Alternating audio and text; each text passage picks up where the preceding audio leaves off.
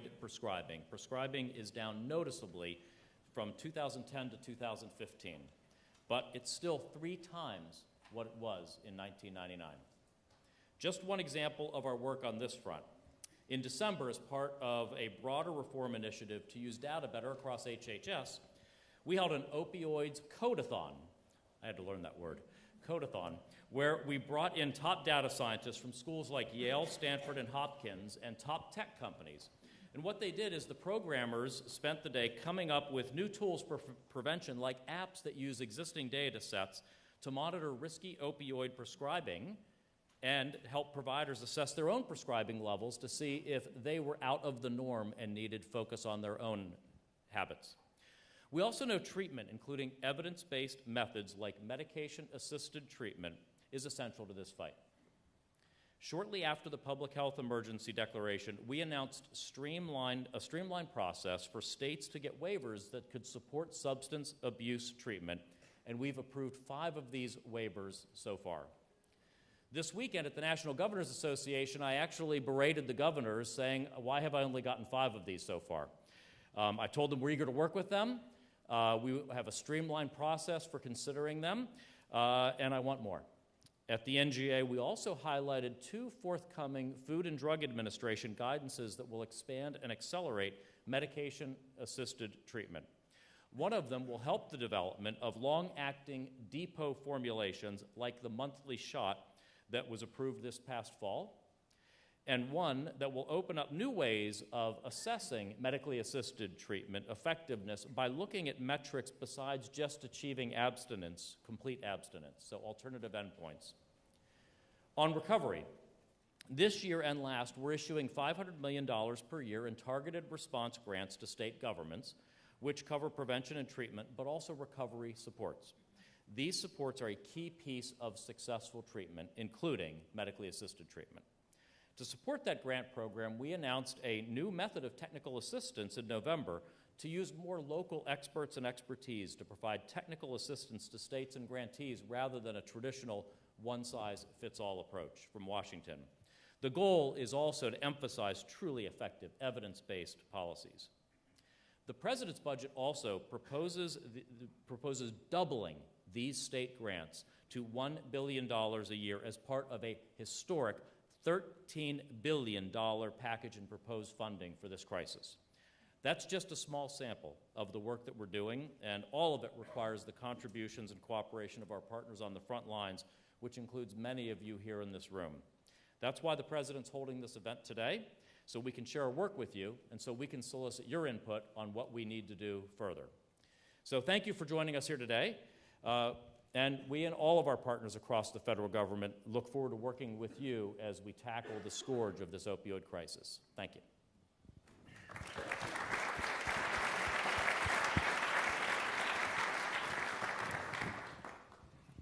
Secretary Carson, thank you. Secretary Azar, thank you so much for those remarks.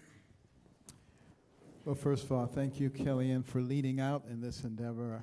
I'm grateful for the leadership of the President and the First Lady and my fellow cabinet secretaries as well as the Surgeon General for bringing this to the level of attention that it should have. It is affecting virtually every part of our society and the very fabric of our society.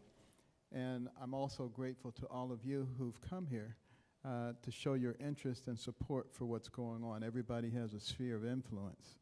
And together, we can really take this important issue to where it needs to be.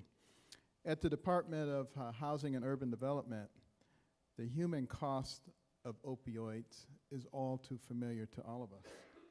For us, drug addiction lands at an intersection of health, housing, and economic opportunity. It is especially dangerous to the communities that HUD serves. So we're being especially vigilant in our efforts to address this epidemic and all of its consequences.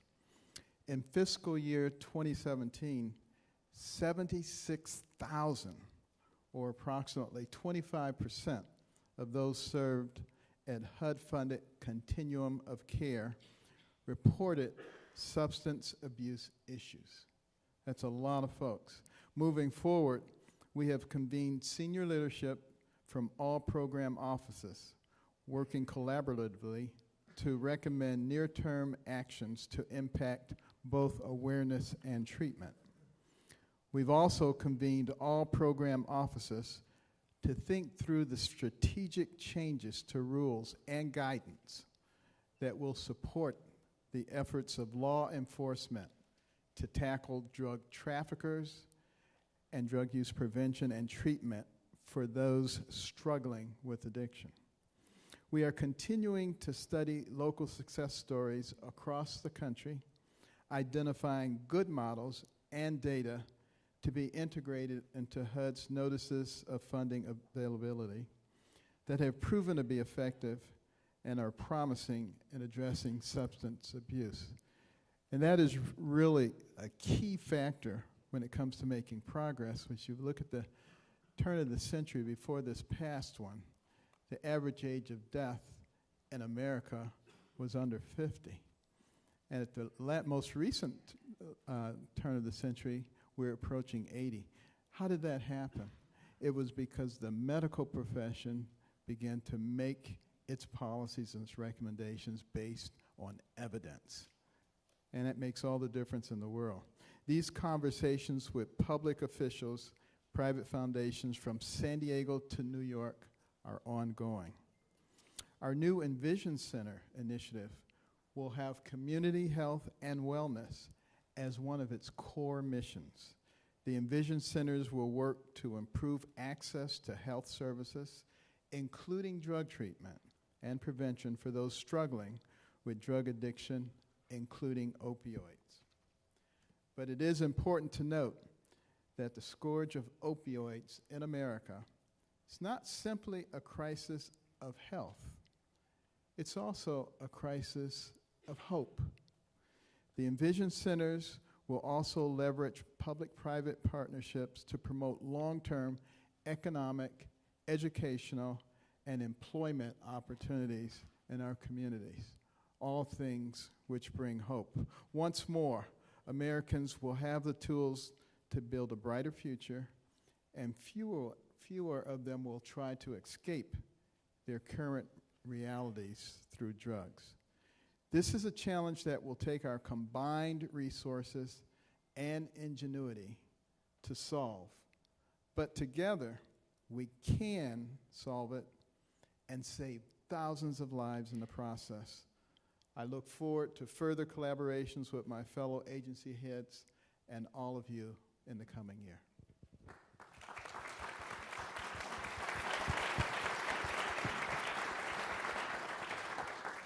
Secretary and Dr. Carson, thank you. Secretary and Dr. Shulkin, you're on. Thank you very much.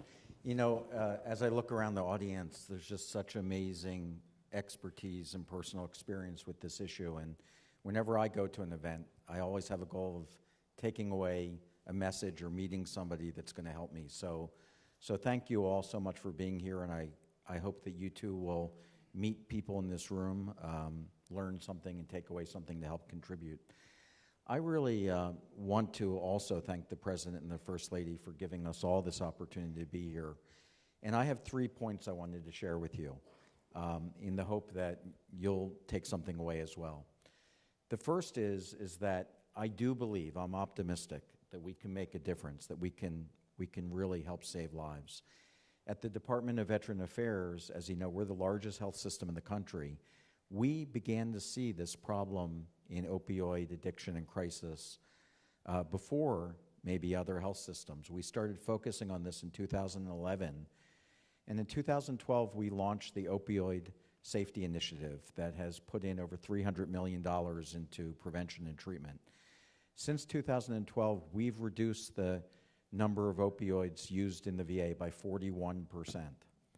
And the way, if you take a look at that figure of a 41% reduction, it's come through a 90% reduction in the start of new opioids. So by looking at alternatives, instead of just reaching for the prescription pad, as probably Dr. Carson and I learned when we were in medical school, we've had a 90% reduction. So there is hope out there, and we can do better and save lives. Second point is, is that as we begin to share best practices, we have a lot to learn from each other. Kellyanne, and thanks to her leadership, and Governor Christie, who helped lead our commission that I had a chance to participate in, we went around the country and visited places that were really doing this well.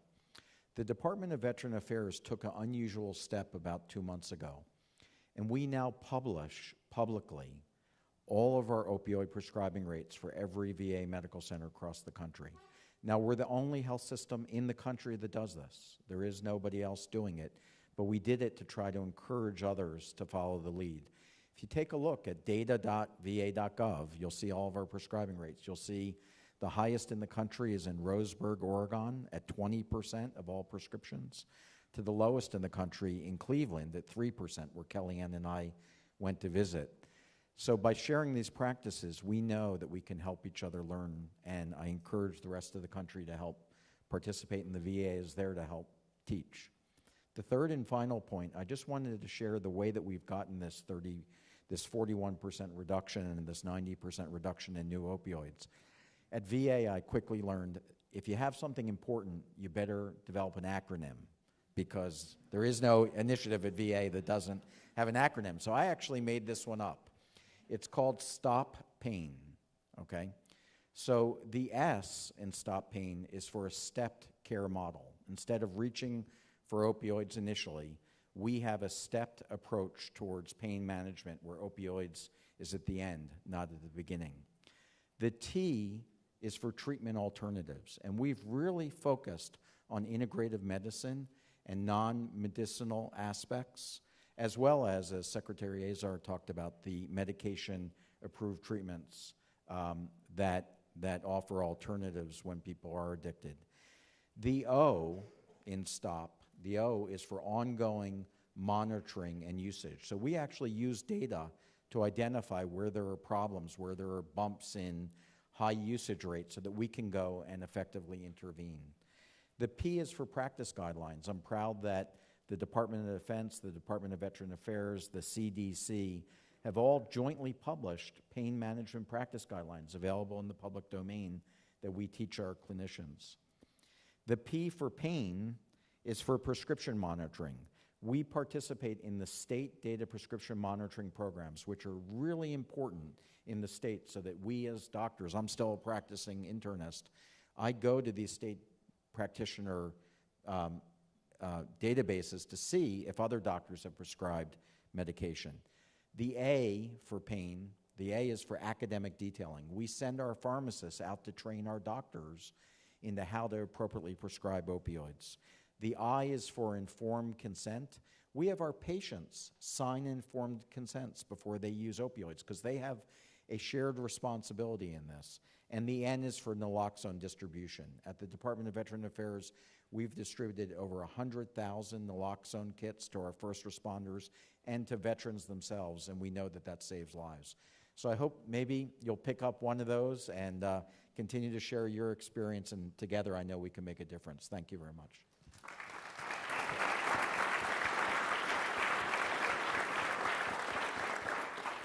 Thank you very much, Secretary Shulkin. Now we'll take some questions from the audience. The first question comes from Carla Strunk from Richmond, Kentucky. Hi, Carla. My name is Carla Strunk. I am from Richmond, Kentucky, and I would like to just say that I'm here because I lost my only son to the opioid epidemic. I would like to share this as his picture. And I did that because I made a promise to him that when I lost him, that I would fight. So I'm here today not only for myself, but for everyone that's lost their child or their loved one to the epidemic. My question for the panel is that since this has happened with my son, I've had the opportunity to go out in my community, be part of the U.S. Attorney's HEAT program, and go into the schools, because my son's addiction, like most, started at a very young age. So my question is there a plan to put something like a prevention program into the schools nationwide? I've seen the effect that being able to go in and talk to these young kids who don't understand that your first time using probably could be your last time. It's very effective. Thank you.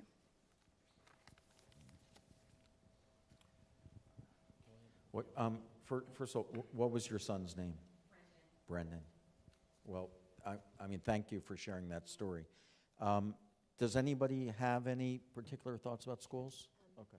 Thank you very much for being here, Carla, and I'm with everyone in telling you how sorry we are for your loss and how moved we are by your courage to channel your grief into something positive for other families and other students.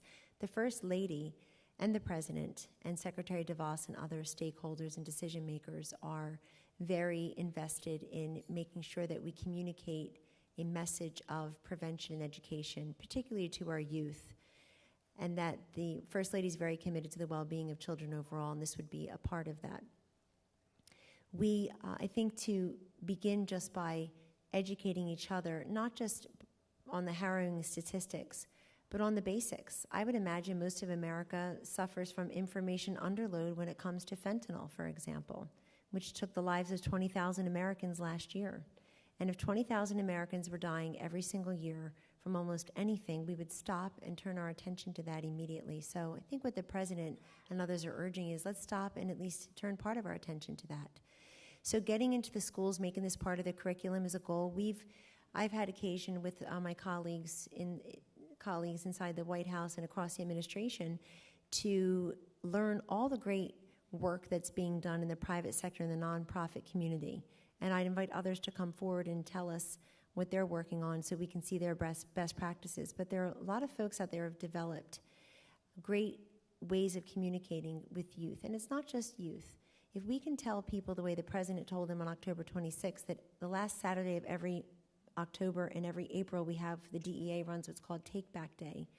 Why not make Take Back Day every day somehow? If we can work with the pharmacies, if we can work with the local first responders, to the extent that it doesn't overtax them, but to the extent that we can tell people you don't have to wait for twice a year. There's a way to safely dispose this. Some of the private sector businesses are working on this as well. But we have to get to youth, whether it's after school, community messaging, and that is a big part. This is why the President is committed to education and prevention. He's also committed to interdiction law enforcement, and of course, treatment and recovery.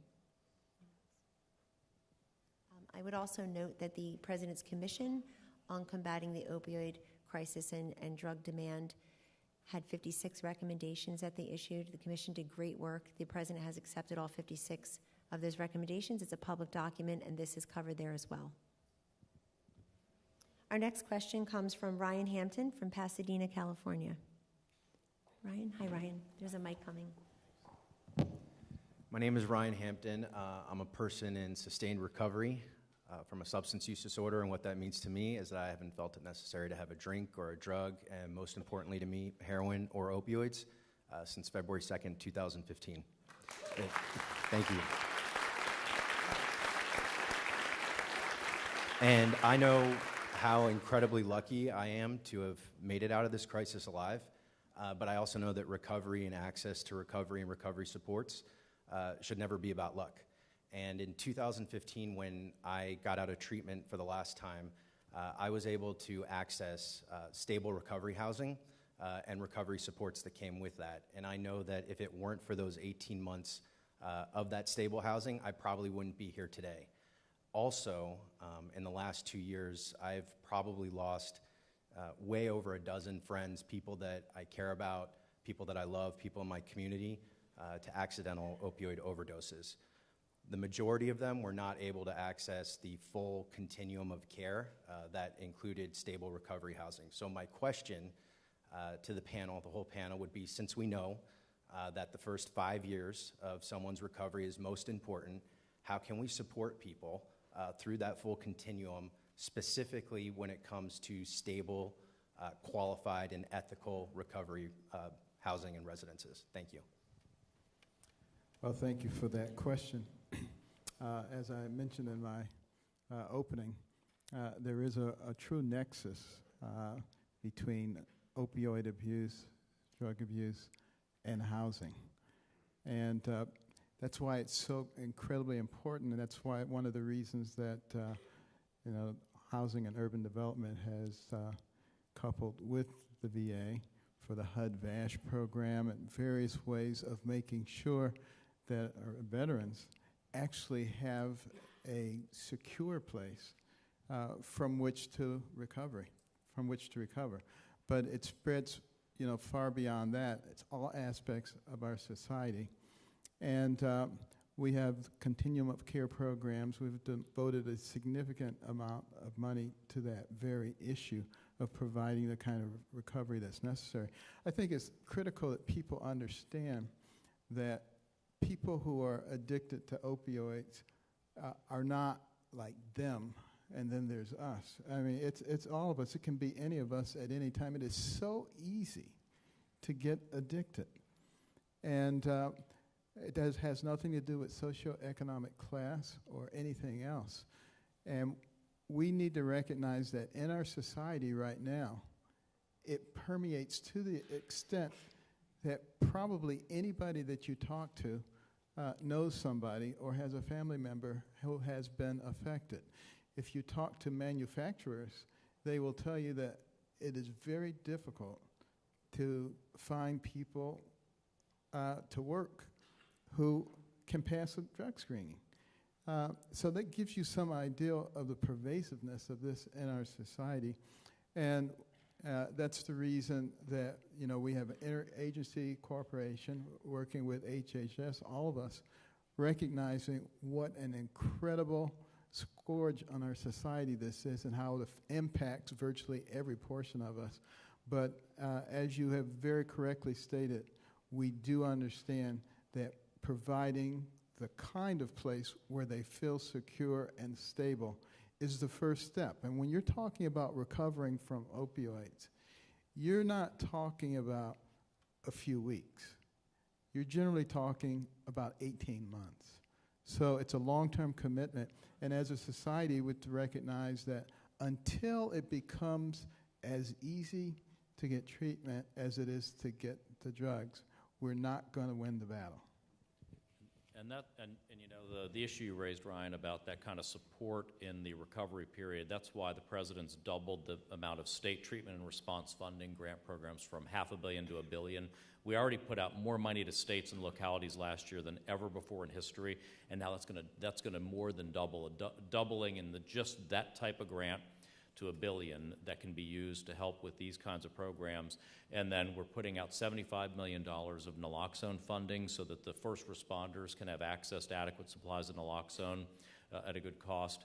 We're also working to create a $150 million grant program for rural treatment, so that not just in Pasadena, but also in more remote and rural parts of our country where folks really do have are in underserved areas from a treatment perspective, that we can provide more support there. Another almost $500 million for community health centers, which provide such a vital safety net for folks for treatment, response, and ongoing recovery. So it is, I'd say, even beyond the 18 months, as I mentioned in my opening, I think of it as a lifelong process for folks. Thank you very much, and thank you, Ryan. The First Lady of North Dakota is Catherine Burgum.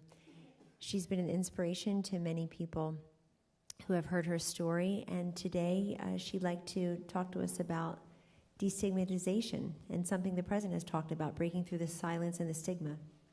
Catherine? Thanks, Kellyanne. I am so grateful to the administration for bringing together these stakeholders and decision makers for this important conversation about ending the opioid crisis. I've been in long-term recovery for 16 years.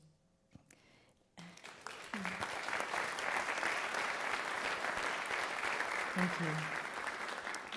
And I know from personal experience how stigma prevents people from reaching out for help and talking about the disease of addiction.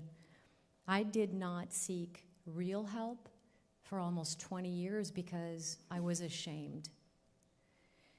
Stigma puts up walls. It is socially constructed, based in fear, and usually contains inaccurate information.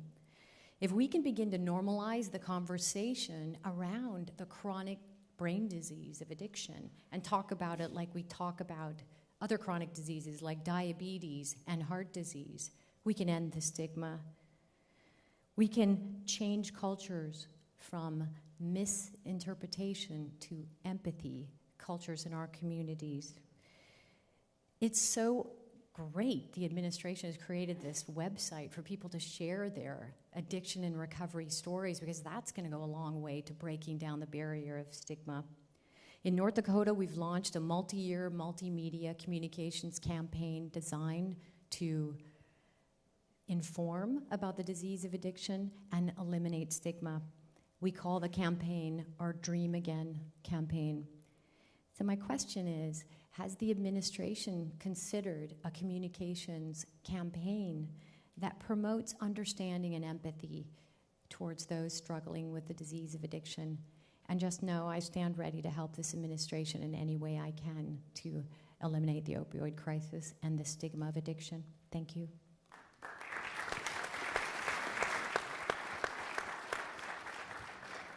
So we do anticipate launching a mass and multimedia campaign, not just to educate people about the dangers of addiction, the fact that it can come to anybody, to any family.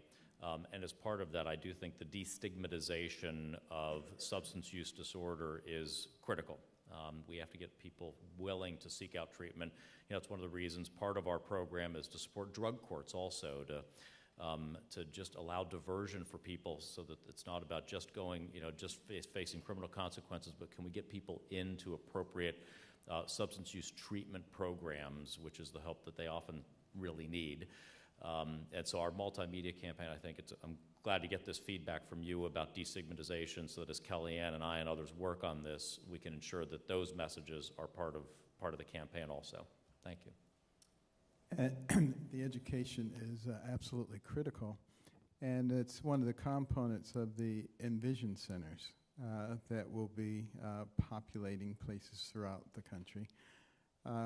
Comes from a Bible verse that says, without a vision the people perish, but we call them Envision Centers because we didn't want people to think they were going to get glasses. But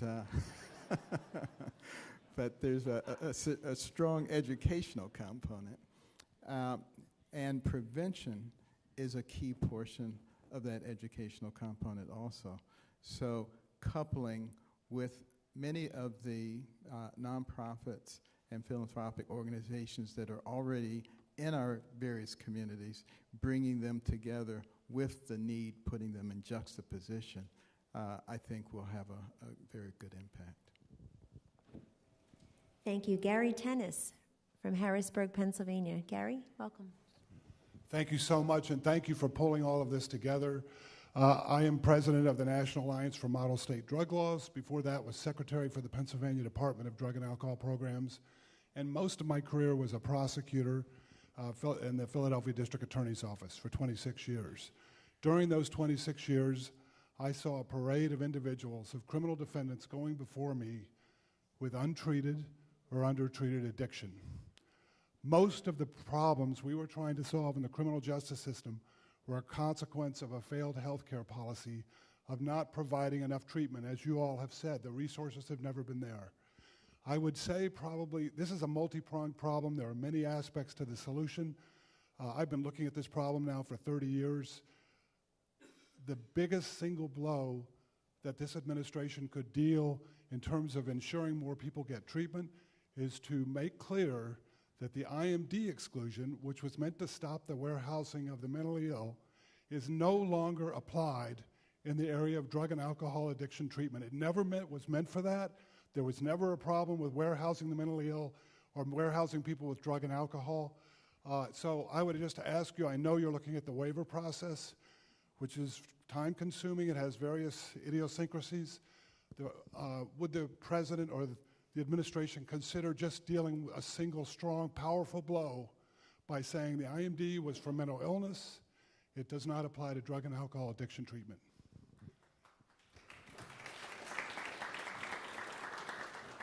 So, Gary, we agree about the IMD exclusion. This is a provision that, as Gary mentioned, was intended decades ago, well-meaning, to prevent the warehousing of people with mental illness into these giant state institutions, sort of the stereotypical thing.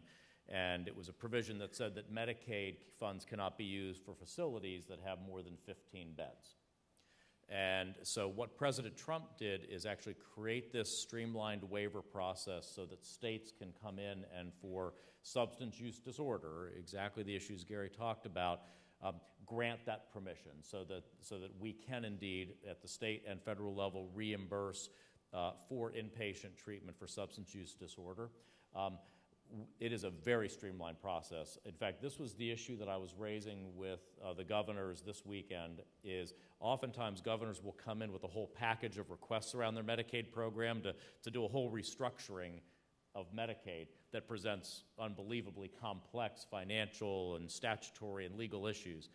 And I told them, just separate your waiver requests for the IMD exclusion, and we'll handle those as a separate, streamlined, fast thing. Let's not let them be slowed down by the broader reforms you're trying to do in your Medicaid program. And so, in fact, we did that right here in the Red Room with the governors. And so I'm hopeful that we will see a faster clip. We can handle those quite quickly. Those waivers are very easy to do. It is a statute, and the President's budget has proposed changing the statute.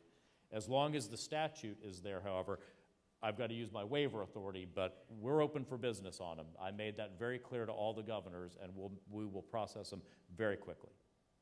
And Gary, let me just say thank you for sharing your experience. In the Department of Veteran Affairs, I'm sure you're aware, we have veteran courts throughout the country, and they're set up to do exactly what you're talking about, to allow judges to understand that rather than sending people to prison for substance abuse and other mental health issues, get them right into treatment. We do this around the country with thousands of veterans, and we have an 80% reduction in one-year recidivism back to prisons. We're getting people that help. So I think it's exactly your experience, and I know Secretary Azar, through the waiver process and the statute change, is going to allow us to do that for more Americans. So thank you. Cece Brown, a woman I've come to know and who we rely upon for... Cece, you're here? There you are. Cece, thank you for being here today if you have a question. Yes, I do. First, I want to tell you the reason I'm here. It's because we lost our son, Ryan, to a heroin overdose. He died in a very public place. He died of a heroin overdose in Macy's bathroom. And at that time, when the detectives came to tell us what had happened, we said we didn't want this to happen to one more person. And that's exactly why we're here. And these two individuals that have had the courage to speak up, that gives me hope, and I hope it does you as well. I'm so grateful for you, what you're doing, the focus on the opiate epidemic. But Ryan was on a wait list for 2 programs when he died. And what he said to me, I was walking down the hall, and I saw him sitting in his bedroom, and he looked at me and he said, "Mom, I'm trying. And of course, he met someone at the mall unexpectedly, and there it happened. He hadn't been using. But that's my concern. We started Ryan's Hope, an organization to raise awareness about addiction and overdose, and also to advocate for recovery. The reason we named it that, as I said to Ryan, another day is a day of hope. And if people don't have opportunity is everything. And that's what this whole thing is about for me. It's about people, and it's about saving lives so we don't have any other parents to go through this, so we don't lose another son or daughter. I get a little passionate. But I think it's so important. So this leads me to my question. Of the $6 billion that is budgeted for the opiate epidemic, can you tell me what is targeted for prevention and treatment? Reason being is that I think we need to get ahead of it. We sent Ryan to college, and that's where it all started. I went to a training session on how to talk to kids about drugs, and guess what? I sat there and just checked each one off.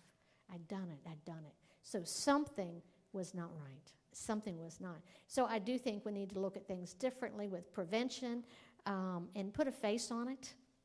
In the schools or wherever, whether it's in church. Ryan actually helped with the sound system at church. And had a scholarship. So that's what I wanted to know is what's going to be dedicated to treatment and prevention, because that's just critical for me. Thank you. Thank you, Mrs. and Mr. Brown. Well, that's that's a very important question. I can't give you percentages, but I can tell you a few weeks ago I was in Kentucky, and they have Hope Centers there for the purpose of treating people who've been addicted. And these are all public-private partnerships. So of the $6 billion through the various agencies, a lot of it is going to be used in conjunction with state and local programs. And that's where the real impetus comes. It's not necessarily from a federal bureaucrat, but it's from the people in the neighborhoods who are right there with boots on the ground. And there's so much compassion in our country. And there's so much philanthropy in our country. So what the government actually provides in these private-public partnerships is probably the minority of funding and the minority of attention. It's going to really come locally, and it's something that really needs to be encouraged.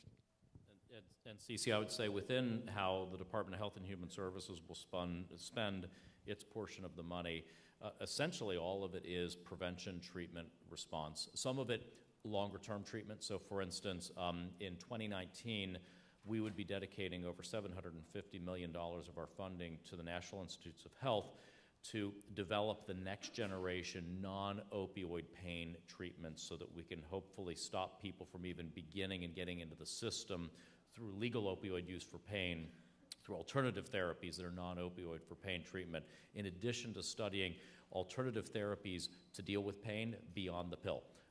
And so that's something else that NIH is funding. So I'd say longer-term prevention there, the rest much more what you would think of as traditional prevention, treatment, response recovery programs. I spoke this weekend how 1/3 of our treatment facilities in America have medically assisted therapy. That's unacceptable. It's a proven evidence-based approach. There are many approaches to addiction and treatment. We know this one works, though, and 1/3 is not enough, and we need to use this funding we're getting to build up more medically assisted treatment facilities. Thank you very much. We have 2 more questions. Dr. John Rosa of Darnestown, Maryland.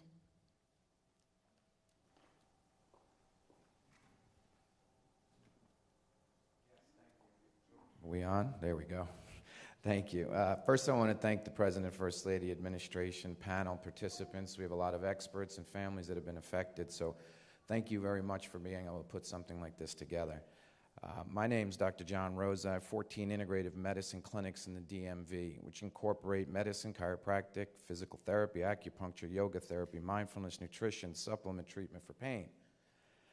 Many of the government agencies and some organizations like the CDC, FDA, the VA, American College of Physicians, Joint Commissions have suggested and or required physicians to use these alternative treatments as the first line of care in lieu of medication. 90% of the consumption of opioids comes from this country, and we're 5% of the world's population. So the other parts of the world have obviously been using these type of alternative therapies to combat pain before that prescription's written. And that's just to let it sink in. Over 90% of the opioids produced are consumed by the United States of America. And I also treat professional athletes. So if we get an NBA player who gets hurts his back, we have 4 or 5 experts on this guy immediately. There's a chiropractor, there's a therapist, there's an orthopedic surgeon, there's the trainer. He's treated 3 times a day until he's okay to practice. When he practices, we videotape what he's doing so we know that his motion's okay. He gets to be cleared to play ball when he is in pre-injury status. Same guy gets hurt, same exact condition, goes to the medical office, gets an opioid, gets sent home for rest. Where does the breakdown occur? We know that these research methods of treating people and that are scientifically proven and used in professional sports, not good enough for the average person. We're creating a society of chronic pain patients because when they go home with that first script, and they're not treated right away, the propensity for this to be a reoccurring condition in the future goes higher every time that episode occurs. So going way upstream in prevention is to stop that script from ever getting written. We've touched on it a bit, but part of one of my clinics out of the 14 is a free clinic in Maryland. And in that free clinic, it's in a very busy medical practice, primary care, and within a year's time, we've reduced the script writing by 70% for opioids in that clinic. Now, we had our meeting, and I said, you got to tell me what happened. 70%, 10% you write a paper, 70% you call somebody. Yeah, and the answer was, well, you're here. Can it be that easy that if it's available, you're not going to have that process take place? So my question, with all that emotion, because I obviously head into this, but the question would be, how do we instill the proper referral for and the insurance reimbursement of these known evidence-based alternatives for treatment? And I am at your disposal at any time because I've been doing it for so long. So feel free to call on me when needed. Well, Doctor, that's exactly the issue I was mentioning to Cece a second ago, which is the investment that we're making at the National Institutes of Health around alternative pain management to build the evidence base to support reimbursement. We also, it's a fair point, we need to look at our reimbursement systems, which were really built in the 1960s around siloed ways of paying for a drug, paying for a device, paying for a procedure, and set in statute in a very concrete way that isn't always as adapted and adaptable to evolutions in non-traditional forms of treatment. So in fairness, we need to look at that, and we need to do so from an evidence base, working with our National Institute of Health and the Food and Drug Administration. So we've got that charge, and that is part of our focus. Yeah, I think about what you're trying to do with 4 different approaches, and Secretary Azar just mentioned 2 of them. You have to have the providers in your network if you have an insurance plan that has access to them. You have to be able to pay the providers for those types of alternative or integrative therapies. But there's 2 other things that we've learned in the Department of Veteran Affairs. One is we encourage team-based approaches to care, and I think that's what you're doing in your clinics. Instead of it being a solo provider, we have teams of nurses, doctors, physical therapists, pharmacists, social workers, all of whom then can suggest alternative approaches. And finally, what we're doubling down on in the Department of Veteran Affairs now is teaching the patient, in our case the veteran, self-care, and letting them know how do they take care of themselves and what alternatives should they be thinking about rather than just listening to what a provider says to them so that they're an active participant. So I think when you take those 4 things, we can see more of what you've been able to experience. Our last question is from Greg Delaney of Ohio. Hi, Greg. It is such an honor to be here with you folks. Much like my sister and my brother here, I'm in long-term recovery myself, 10 years in July, so it's wonderful to be with others.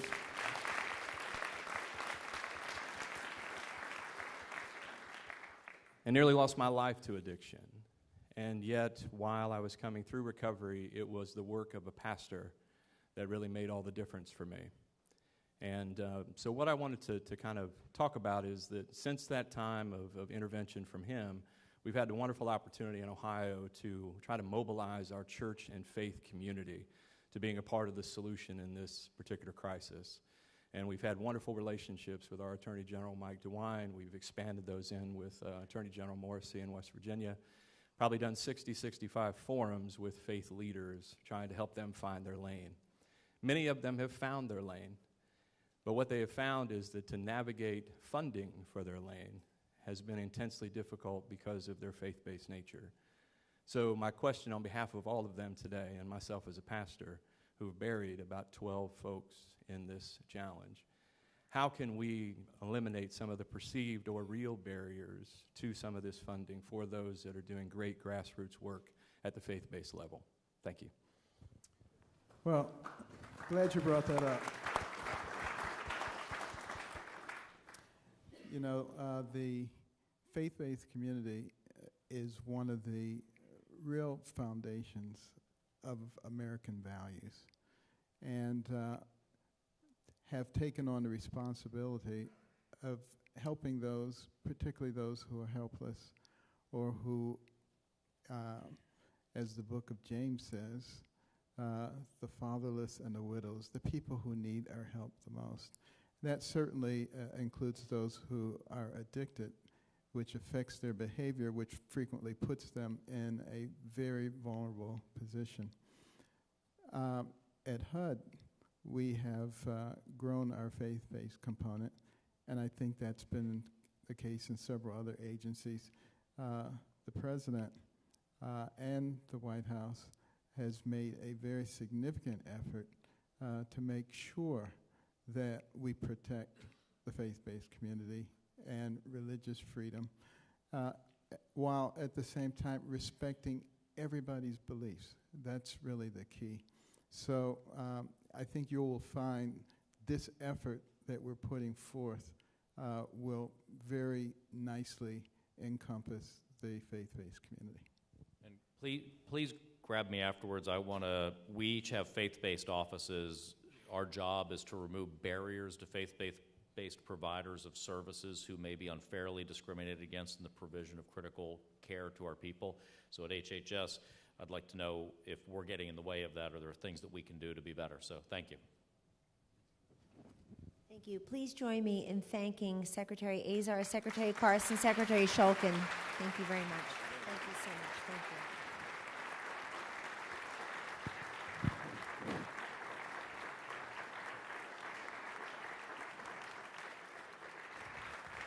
Ladies and gentlemen, I'd like to call to the stage Jim Carroll. He's the Acting Director of ONDCP, and he'd like to make a few remarks. Thank you.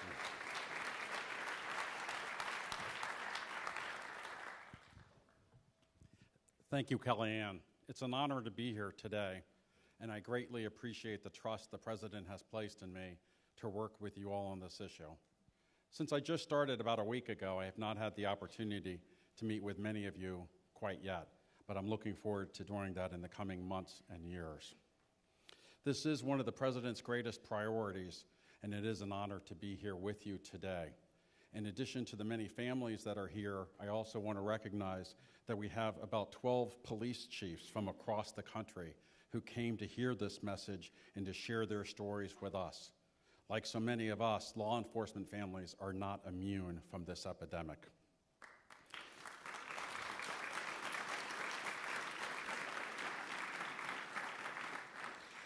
I wanted to tell you a little bit about myself. Like Dr. Collins, I started my career as a state prosecutor, where I spent the vast majority of my time prosecuting drug cases. But I just didn't spend my time inside a courtroom. I also was out there on the streets with my colleagues, the law enforcement officers out there, to actually understand what they were going through. So I've seen how this tears families apart.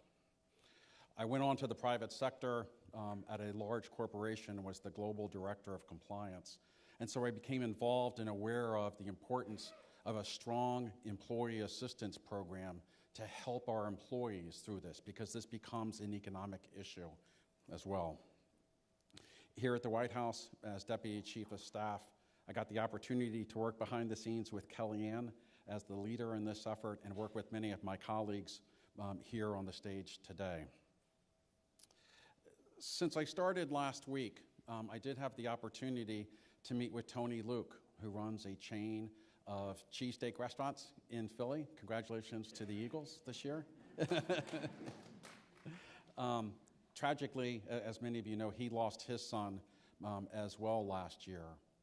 Yesterday, I met with this beautiful, kind-hearted woman who's raising her granddaughter as her own daughter fights this challenge. So many families have been affected by this. When I met with the First Lady of North Dakota, who is here and shared her story with me, she mentioned that in North Dakota, I think it's 1 out of 7, either has a family member, a friend, or a neighbor who's been impacted by this.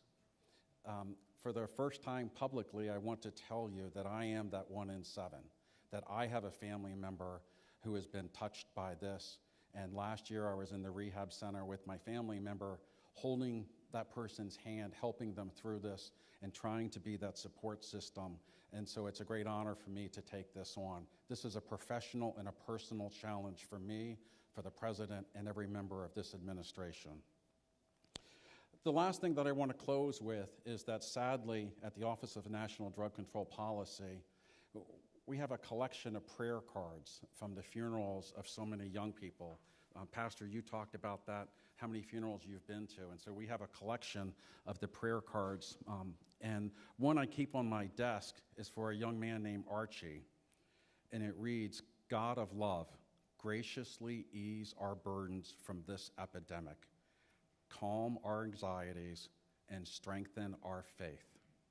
I look forward to working with you all on this great epidemic. Thank you, Kellyanne. Thank you, everyone.